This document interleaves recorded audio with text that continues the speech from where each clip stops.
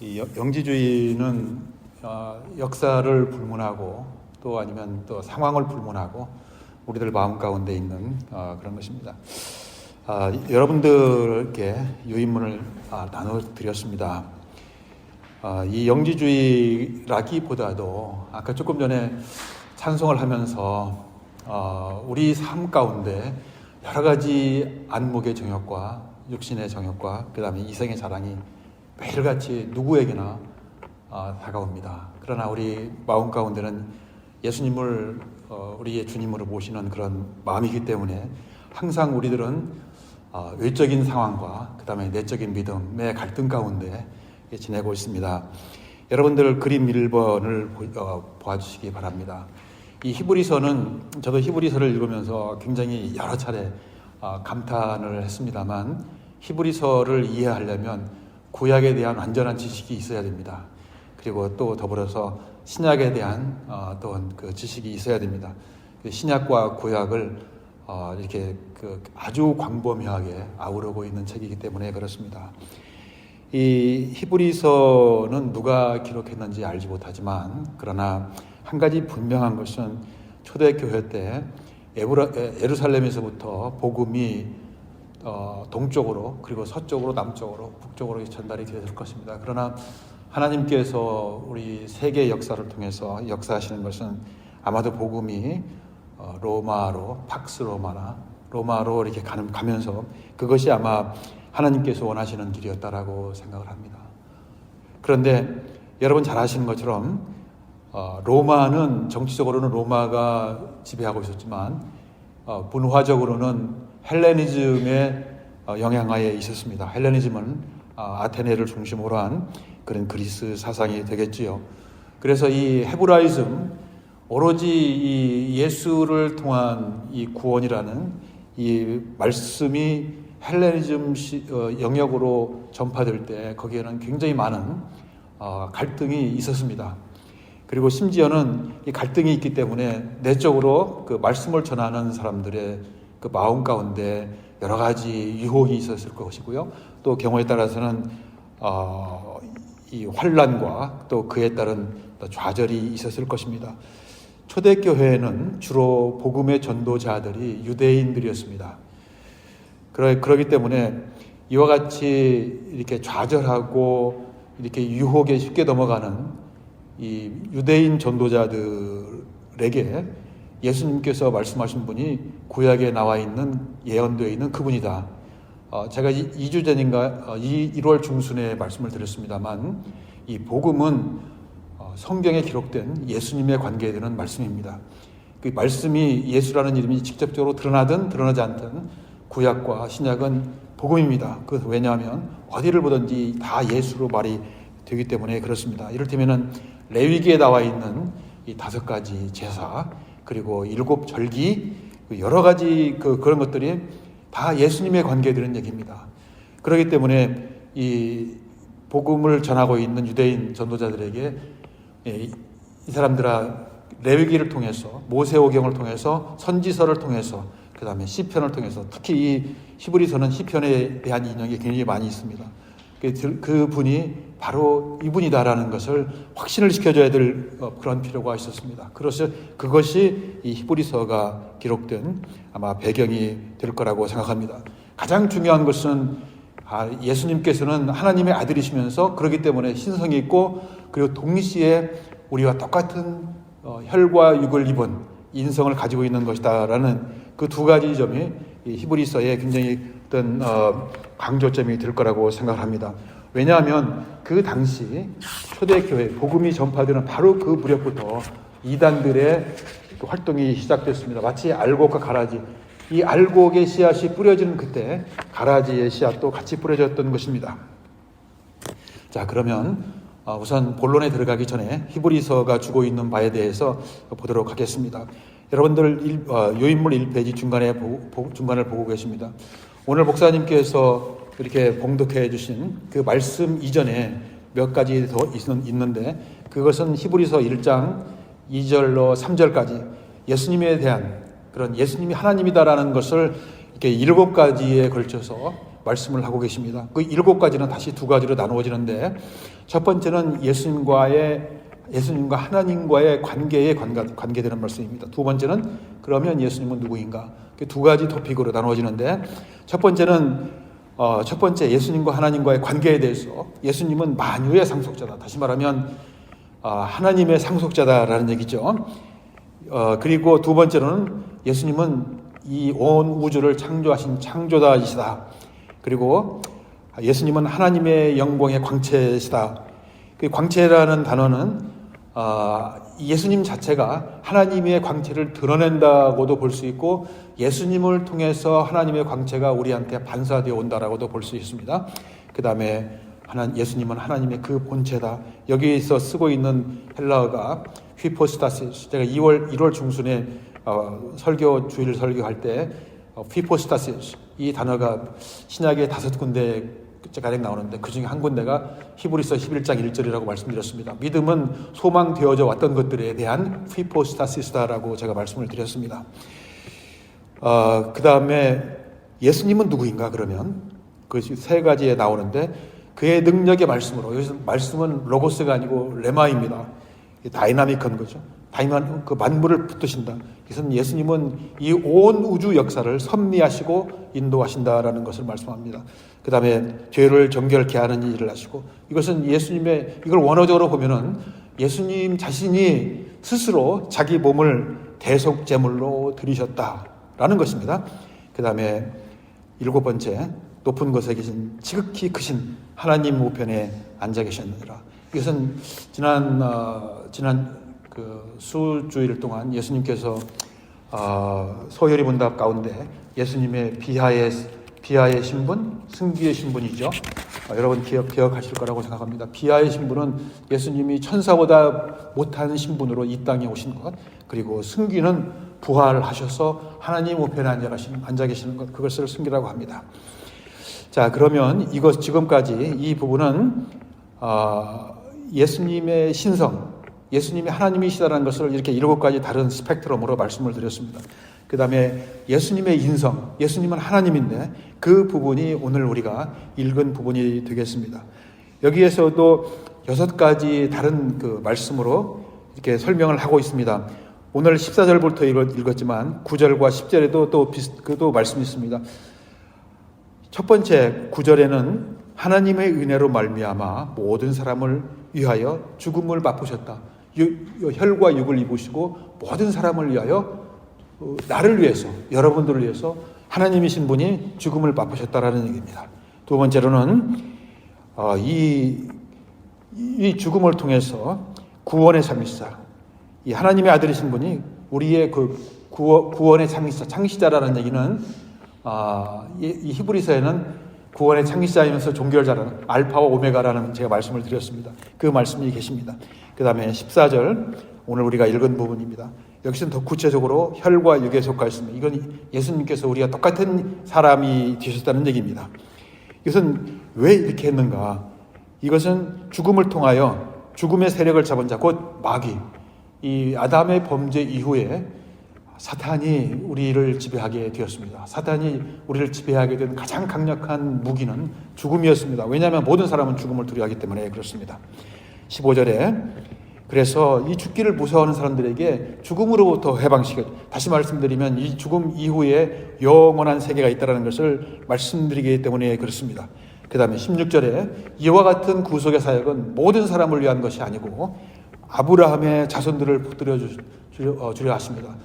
이 성경은 우리가 이 하나님의 무조건적인 선택을 우리가 느끼게 되는데 그것을 설명하고 있는 것입니다. 누구나 어떤 자손이가 아니고 아브라함의 자손을 붙들어 주려 하십니다.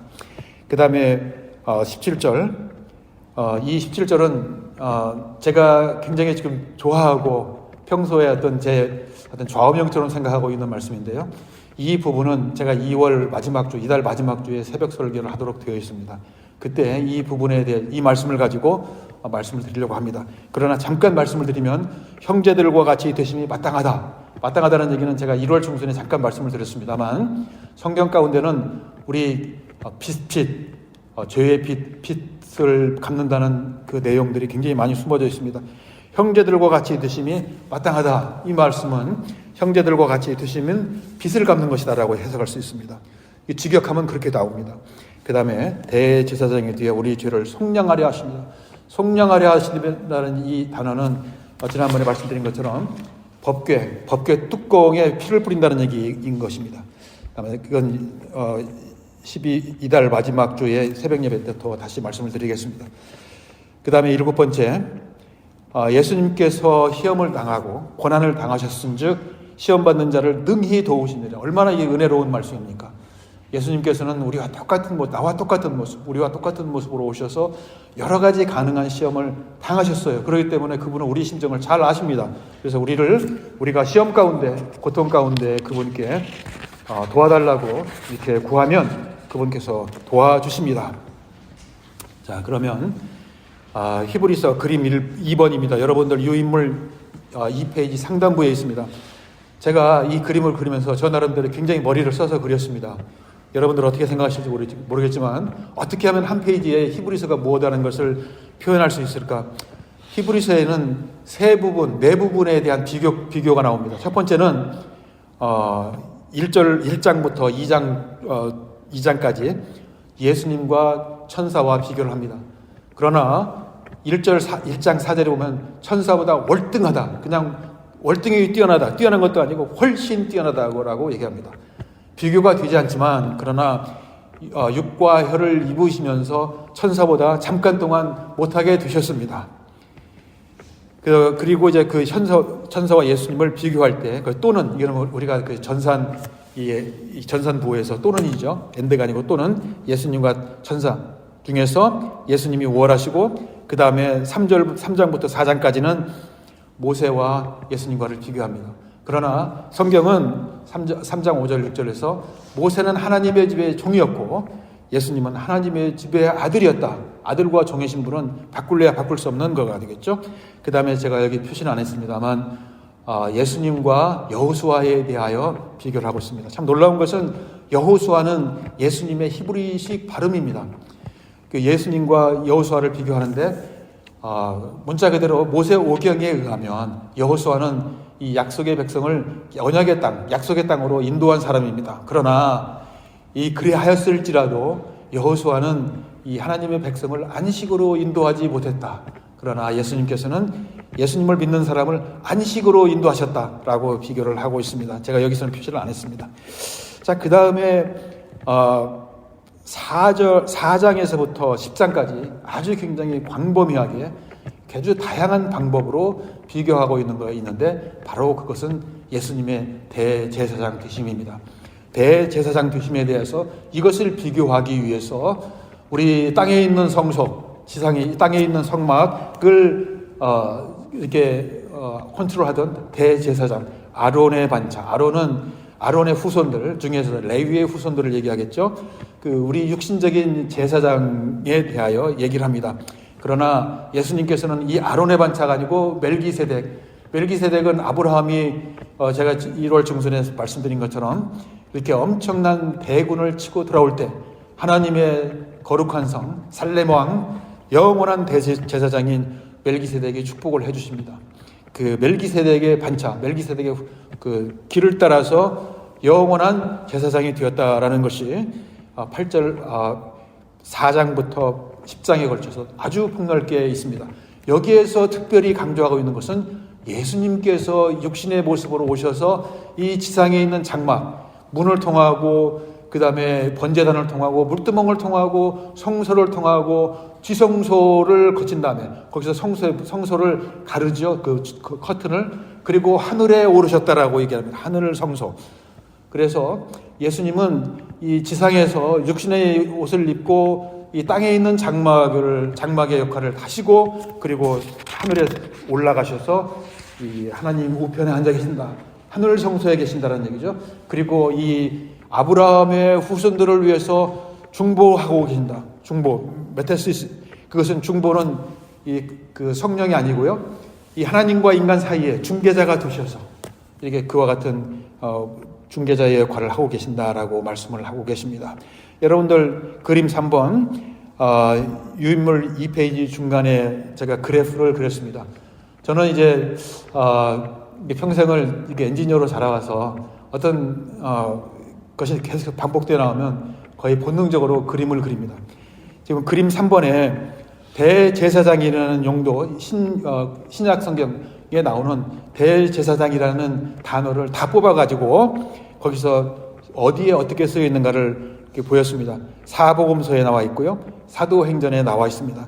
여기에서 나온 대제사장은 아론의 반차를 좇는 제사장을 얘기합니다.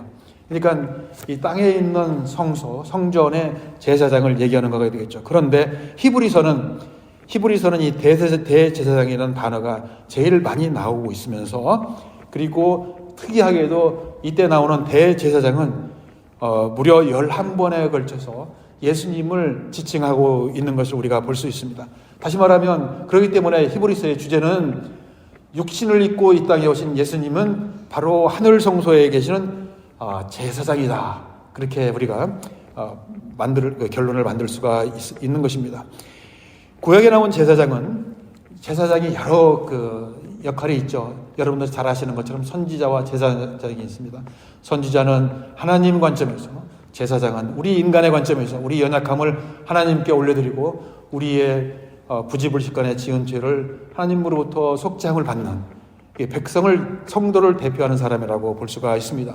그런데 이 대제사장은 제사장 중에서 가장 우두머리이면서, 특히 우리 히브리서적인 관점에서 볼 때 1년에 한 번, 7절기를 아까 말씀드렸는데 대속죄일, 욤키프, 이 대속죄일에 지성소에, 법궤가 있는 지성소에 들어가서, 그것도 그냥 들어가지 않고 짐승의 피를 들고 들어가서 피를 뿌림으로 자기의 죄도 속죄받고 그리고 백성의 죄도 속죄받는 그러한 일을 하고 있습니다. 그런데 예수님께서 대제사장이 되셔서 우리의 죄를 위해서 지성소에서 자기 피를 십자가에서 자기 피를 흘려 주심으로 인해서 단번에 영원한 제사를 드렸다라고 히브리서는 여러 군데에 걸쳐서, 제가 여기 생각나는 대로 표 1에 히브리서 여러 부분을 사이트를 했습니다.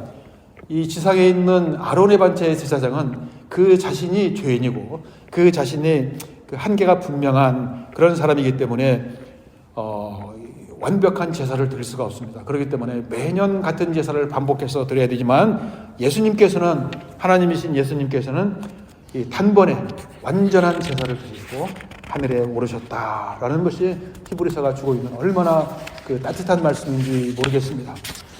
기회가 되는 대로 히브리서에 대하여 요모조모로 이렇게 같이 은혜를 나누었으면 좋겠습니다.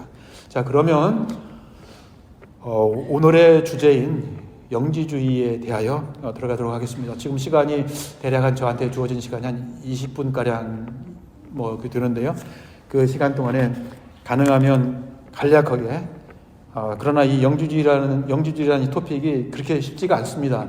이제 좀 머리 아픈 토픽인데, 그러나 이제 우리가 알 수 있는 범위 내에서 20분 또는 25분 동안에 말씀을 드리도록 하겠습니다.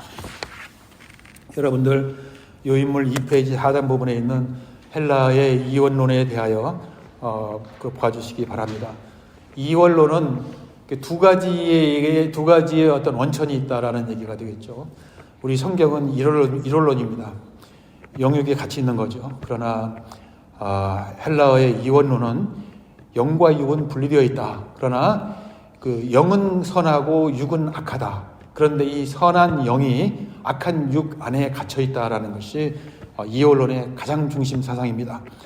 이 선한 것이 악한 것에 갇혀 있기 때문에 항상 그 둘은 서로 대립하게 되고, 그렇기 때문에 산다는 자체가 비극이다. 왜냐하면 이 선한 것이 악한 것이 감옥에 있기 때문에 그렇습니다. 그런데 이 선한 영이 이 악한 육을 벗어날 수 있는 그 길이 딱 하나 있으니 그것은 바로 깨달음이다. 이 깨달음을 통해서 선한 영이 이데아의 세계, 다시 말하면 구원의 세계, 해탈의 세계, 그런 거가 되겠죠. 거기에 간다라는 것입니다. 그렇기 때문에 영은 이렇게 깨달음을 통해서 구원에 이를 수 있으나 육은 궁극적으로 소멸한다라는 것이 이원론입니다. 이 이원론에 대한 얘기는 성경에 아주 자세하게 나와 있습니다. 그것은 바로 그림 5로 표시된 거기 유인물 4페이지 중간에 같은 그림 바로 밑에 있습니다. 여기에서는 사도행전 17장 18절에 사도 바울이 아데네에서 전도할 때, 아데네에 있는 사람들은 굉장히 철학적인 사람이죠. 그 헬레니즘이니까 거기에서 어떤 에피쿠로스와 스토아 철학자들이 바울과 쟁론을 하게 됩니다. 그때 여기서 나오는 에피쿠로스, 이 사람들은 쾌락주의입니다. 이 육은 악하기 때문에, 결국에 소멸되기 때문에 육은 아무리 어떤 그 쾌락을, 어떤 범죄를 하더라도 결국에 육은 없어진다. 그래서 스토아는 그 금욕주의인데, 이 육이 악하기 때문에 육을 컨트롤해서 육한테 엄청난 이런 그 컨트롤, 이 단련을 주어서 구원의 그 영을 구원해야 한다라는 그런 금욕주의가 될 것입니다. 이 스토아 학파는 중세 교회에 이르기까지 널리 펴지고, 사실 이 그 쾌락주의도 지금도 있죠. 우리 가운데, 우리 교회 내에도 쾌락주의가 있습니다. 그리고 이제 단지 제가 말씀드린 것은 이원론이나 영지주의는 어떤 이단이 아니고요. 이단한테 어떤 지식적인, 철학적인 백그라운드를 마련해주는 이단 사상입니다. 그렇기 때문에 저희들 마음 가운데도 있고요. 이 교회 내에도 있습니다. 이와 같이 이를테면은 깨달음을 통해서 구원 얻는다. 여러분, 그 박옥수의 구원파가 아주 대표적인 이와 같은 부류에 속할 것입니다. 이와 같이 이런 이론을 가지고 자기 어떤 이 교회에 운영한다면 그건 바로 이단이 되는 거죠. 이단이 되는데 그는 이단적인 사상을 가지고 사상을 이용한다라는 것이 될 것입니다. 불교의 해탈의 경지, 그것이 또한 이원론에 속할 것입니다. 자, 그런데 이 이원론이 얼마나 위험하냐면, 이원론이 영과 육은 분리되어 있다. 이것이 종교 개혁을 통하면서, 르네상스를 통하면서 이것이 철학 세계에 그대로 반영이 되어 있습니다. 이것을 자연과 은총이라는 그런 두 가지 부류로 나누고, 은총을 신의 영역, 자연을 신의 영역, 은총을 이성주의로 이렇게 분류를 시켰습니다. 이를테면 데카르트의 나는 생각한다, 고로 존재한다. 이게 얼마나 무서운 말씀인지 모릅니다. 여기서 이 신앙과 합리성을 분리하면서 신앙은 어떤 전통주의, 보수주의로 흐르고 이 합리성은 이성주의로 흘렀던 것입니다. 자유주의 신학이죠. 무서운 것입니다. 그런데 최근에 1900년도 초기에 이 전통주의와 이 합리주의를 묶어서 신정통주의라고 이렇게 주창한 사람이 있습니다. 제가 1월 12일 날 설교할 때는 그분의 이름을 얘기 안 했지만 오늘은 얘기합니다. 그분은 칼 바르트입니다. 칼 바르트가 얼마나 유명한 사람인지 모릅니다. 아마도 지금 이 지역에 있는, 지금 목회하고 계신 분들도 칼 바르트 학교에 속해 있는 분들이 많이 있습니다. 이건 미호개혁입니다. 칼 바르트는 창세기와 이 요한계시록을 믿지 않습니다. 예수님의 부활도 물론 십자가도 믿지 않습니다. 왜냐하면 이 이원론적인 사고방식, 어떻게 거룩하신 하나님이 이 죄악에 갇혀 있는 육으로 올 수 있는가? 이원론적인 관점에서는 얘기가 되지 않습니다. 어쨌든 제가 원래 이 칼바르트 얘기는 안 하려고 했는데 어떻게 저도 부지불식간에 나왔습니다. 자, 그러면 이 영지주의의 이 이원론이 그대로, 영지주의는 헬라 철학이지만 이 헬라 철학이, 그 당시 헬라 철학이 인도까지 영향을 주고 있었어요. 그 인도 그 사람들 얼마나 명상적입니까? 그 사람들, 페르시아에 있는 사람들, 그리고 이 지중해 연안에 있는 사람들, 그런 사람들이 이 이원론을 가지고 이렇게 여러 다양한 자기들의 어떤 철학을 접목해가지고 만들어 놓은 것이 영지주의가 되는 것입니다. 영지주의는 초대교회 교부들의 어떤 교부들에 의해서 이단으로 정죄받고 수면 아래 잠잠에 들어가 있는 듯 하다가 1945년으로 기억을 하고 있습니다만, 에집트의 나르함마르라는 곳에서 영지주의의 문서가 발견이 됐어요. 그러면서 다시 영지주의에 대한 연구가 굉장히 활발하게 이루어지고 있습니다. 이게 무서운 것입니다. 아마 제가 기억할 때 한 10수년 전인가요? 다빈치 코드라는 영화가 있었을 것입니다. 다빈치 코드도 아마 그런 것으로 알고 있습니다. 어쨌든 그림 6번을 봐주시기 바랍니다. 페이지 3페이지에 상단부에 있습니다. 여기에 좀 몇 가지 이제 생소한 용어가 나오는데 시간 관계상 설명드릴 수는 없고요. 위키페디아에 보시면 그 구글 영지주의라는 이름으로 구글하시면은 위키페디아에 이와 같은 설명들이 굉장히 자세하게 나옵니다. 그 부분을 혹시 더 질문 있으면 그 부분을 보시고요. 일단 제가 간략하게 이 그림을 도식을 했습니다. 이게 이제 이 파워포인트를 저는 이거 만들 때 한 5, 6년 전인가요? 우리 가정 예배를 보면서 저희 뉴욕에 있는 아들하고 이렇게 샌프란시스코 살고 있는 딸하고 이렇게 가정 예배를 보면서 영지주의를 이렇게 칼라로 다 만들어놨어요. 애니메이션에서. 그런데 그게 안 되기 때문에 제가 지난주에 이걸 어떻게 하면 이걸 만들 수 있을까? 흑백 프린트밖에 안 되기 때문에 이렇게 만들어 놓은 것입니다. 여기는 지극신 또는 지극선이라는 게 있습니다. 이거는 아주 고귀한 신이죠. 하나님을 초월하는 신입니다. 이것을 모나드라고 얘기를 합니다. 이 모나드 지극선의 행동 반경을 플레로마라고 합니다. 이 성경에는 골로새서에 나오는데 충만함이라고 표시가 됩니다.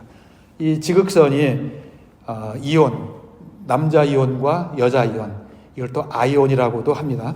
그것을 이렇게 한 쌍씩 이렇게 발출을 합니다.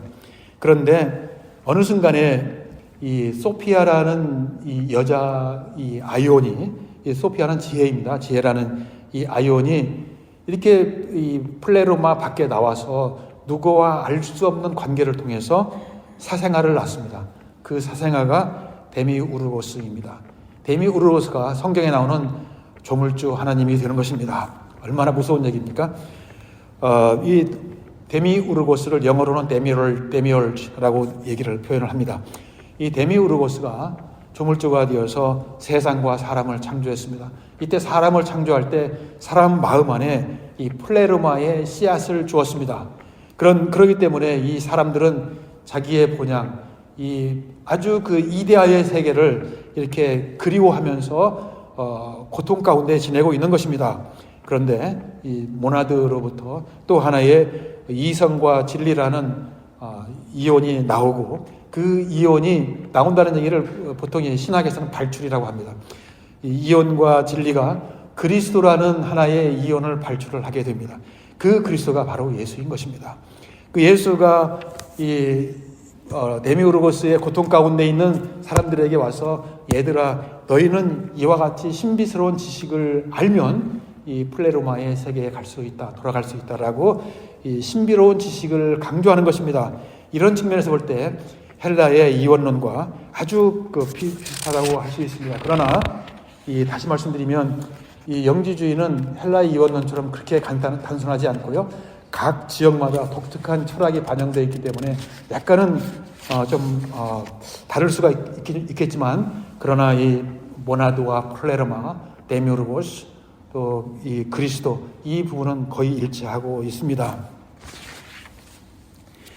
그러면 이와 같은 정통 기독교와 여러분 표 2, 3페이지의 중간에 있습니다. 정통 기독교와 이단 영지주의에 대하여 보도록 하겠습니다. 정통 기독교는 제가 시간 관계상 그렇게 말씀드리지 않아도 될 것 같습니다. 예수 그리스도의 보혈의 피에 의해서만 그리고 믿음에 의해서만 그리고 우리가 회개에 의해서만 구원에 이를 수 있다라는 것이죠.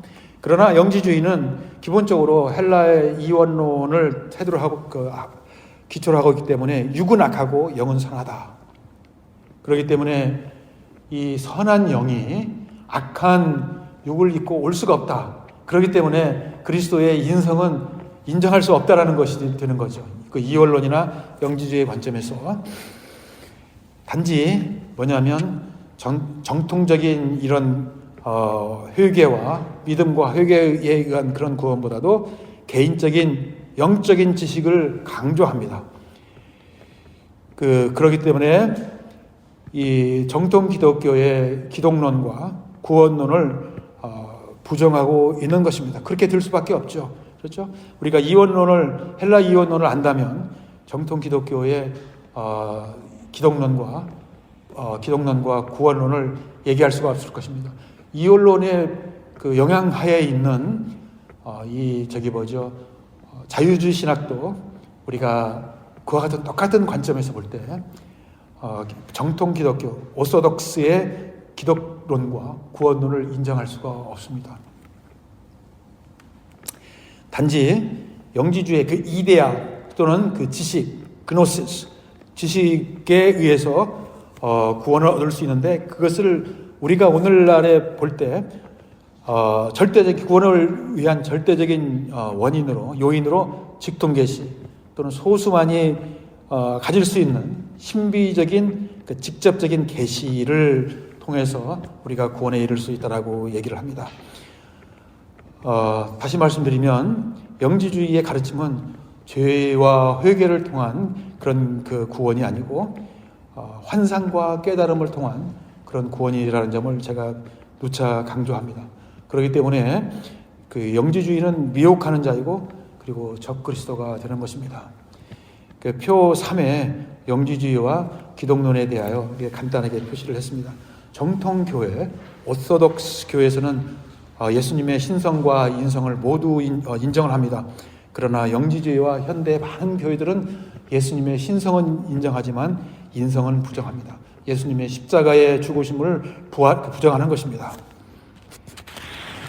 그러면 왜 영지주의는 그리스도의 성육신을 부정할까요? 아까 또 계속 반복되는 말씀입니다만 기본적으로 영은 선하고 육은 악하다라는 그런 이원론적인 그런 그 기초가 있기 때문에 그렇습니다. 이와 같은, 그래서 예수님의 그 십자가의 죽으심과 그런 것도 이것을 성경 그대로 해석하고 이해하려는 것이 아니고, 여기서 이제 가현설이라는 게 있습니다. 가현설, 저기 그림 7번 마지막 페이지에 있을 거로 생각합니다만, 이 가현설 좀 이따 말씀드리겠습니다만 사도행전에 나오는 시몬 마르쿠스, 그 뭐냐면 가현설은 뭐뭐인 것, 도케티즘이라고 하는데 뭐뭐인 것 같다라는 건 얘기입니다. 예수님께서 세례를 받으실 때 성령이 비둘기처럼 그 위에 내리셨다라고 얘기를 합니다.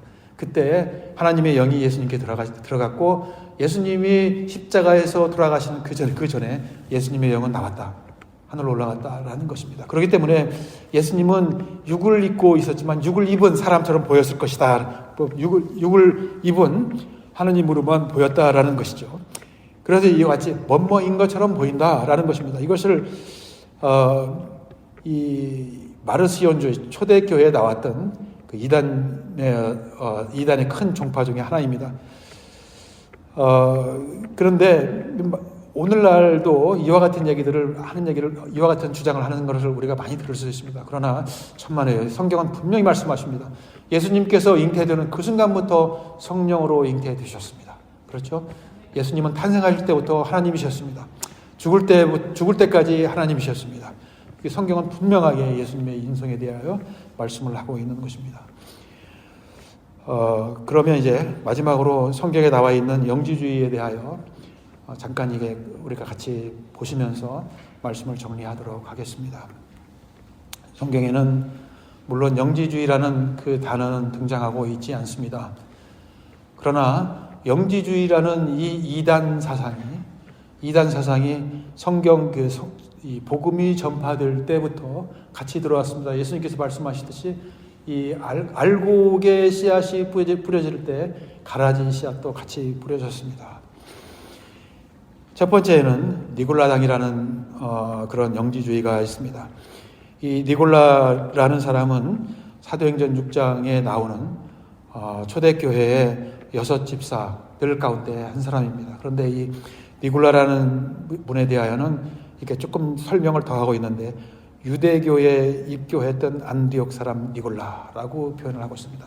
우선 이 말씀의 백그라운드에 있는 것이 아까 그림 1에서도 표현을 했습니다만, 이 오직 예수 구원이라는 이 복음이 전파되는 그 선교의 대상은 헬레니즘 영향권에 있는 그 헬레니즘 이원론적인 그런 사고가 있는 나라들에게 전파가 되었던 것입니다. 우리가 그것을 이해를 해야 되고요.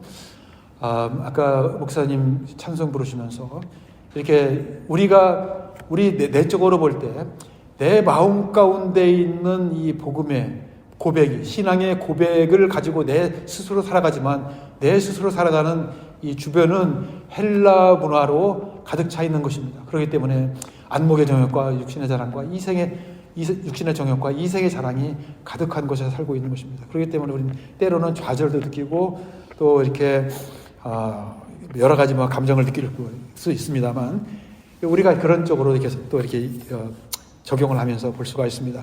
그런데 요한계시록에는 이 에베소 교회와 버가모 교회에 대하여 예수님께서 말씀하시면서 니골라당이라는 얘기를 합니다. 이 니골라 전설에 의하면 6 집사 중에 한 명이 이 니골라라는 이분이 니골라당을 만들었다라고 얘기를 하고 있습니다. 이 니골라당이 요한계시록에 나오는 영지주의의 대표적인 사람이 될 것입니다. 그 다음에 사도행전 8장에 나오는 마술사 시몬이 나옵니다. 시몬은 베드로가 이렇게 기적을 행할 때 돈을 주면서 이 권능을 나한테 팔아라. 내가 돈을 주겠다. 그때 베드로가 시몬을 통해서 이 돈과 함께 망해라. 이렇게 얘기를 하죠. 그 마술사 시몬을 얘기합니다. 시몬은 그 뒤에 여러 가지 이제 영적인 그런 활동을 했고요. 그 사람은 자칭 하나님이라고 그렇게 얘기를 했다라고 합니다. 그래서 자신이 실제로 하나님이고 그 사람인 것처럼 보였을 뿐이지만 하나님이다라고 얘기했다라고 그래요. 이것도 그 전설의 그 당시 문헌에 나옵니다. 그런데 하나님이었지만 사람처럼 보였다. 그러니까 도케티즘이라는 거 있죠. 여러분 이 도케티즘 가지고 오늘날 우리 주변에 얼마나 많은 이단들이 있는 것을 여러분 잘 아십니다. 그죠? 자칭 하나님이라 자칭 예수님이다라고 하는 이단들이 얼마나 우리 주변에 많이 있는지를 모릅니다. 그러면서 이 도케티즘이라는 이 이단 사상을 전하면서 혼합주의, 도케티즘이면 혼합주의를 할 수밖에 없죠. 그 다음에 인격적인 구세죠. 내가 사람의 몸을 입고 온 하나님이다. 하나님 사람처럼 보였을 뿐이다. 인격적인 사람이다. 그러나 나로부터 비밀한 지식을 배워라. 그런 얘기가 있겠죠. 그 다음에 요한서신에 영지주의가 나오는데 그리스도께서 육체로 오신 것을 부인하는 영마다 적그리스도라고 요한일서 또한 요한이서는 분명하게 문자로 기록을 해서 우리한테 경고를 주고 있습니다. 그 다음에 바울서신에 여러 곳에서 이 영지주의적인 그런 배경을 말씀을 드리는데 특히 골로새서에서는 만지지 말라, 보지 말라 그런 것들, 그 다음에 이 철학이라는 단어를 통해서 나오는 그런 사상들, 그것이 영지주의에 대하여 말씀하고 있는 것입니다.